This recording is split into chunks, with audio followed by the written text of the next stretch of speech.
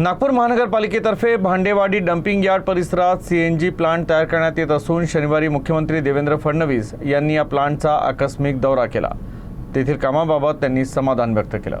हा देशातला पहिला असा प्लांट आहे की जो विदाउट टिपिंग फी या ठिकाणी संपूर्णपणे खाजगी गुंतवणुकीतून करण्यात आलाय।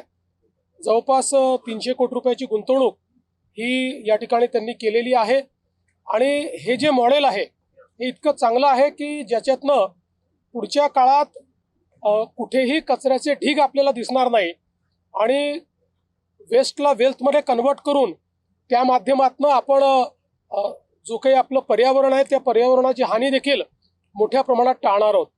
जे वर्षानुवर्ष हा सगळा जो पूर्व नागपूरचा भाग आहे की ज्या भागामध्ये आपण भांडेवाडी म्हटल्यानंतर कचऱ्याचे ढीग आणि वास अशा प्रकारचं जे समीकरण होतं हे पूर्णपणे संपतंय आणि पुढच्या 3-4 महिन्यानंतर या ठिकाणी वासाचा प्रश्न देखील संपेल आणि जवळपास 6-8 महिन्यात वर्षभरात संपूर्ण ढीग संपून या ठिकाणी अगदी सगळी लँड रिक्लेम झालेली असेल। मला असं वाटतं की देशातला एक अतिशय महत्त्वाचा अशा प्रकारचा प्लॅंट आज या ठिकाणी तयार झाला आहे।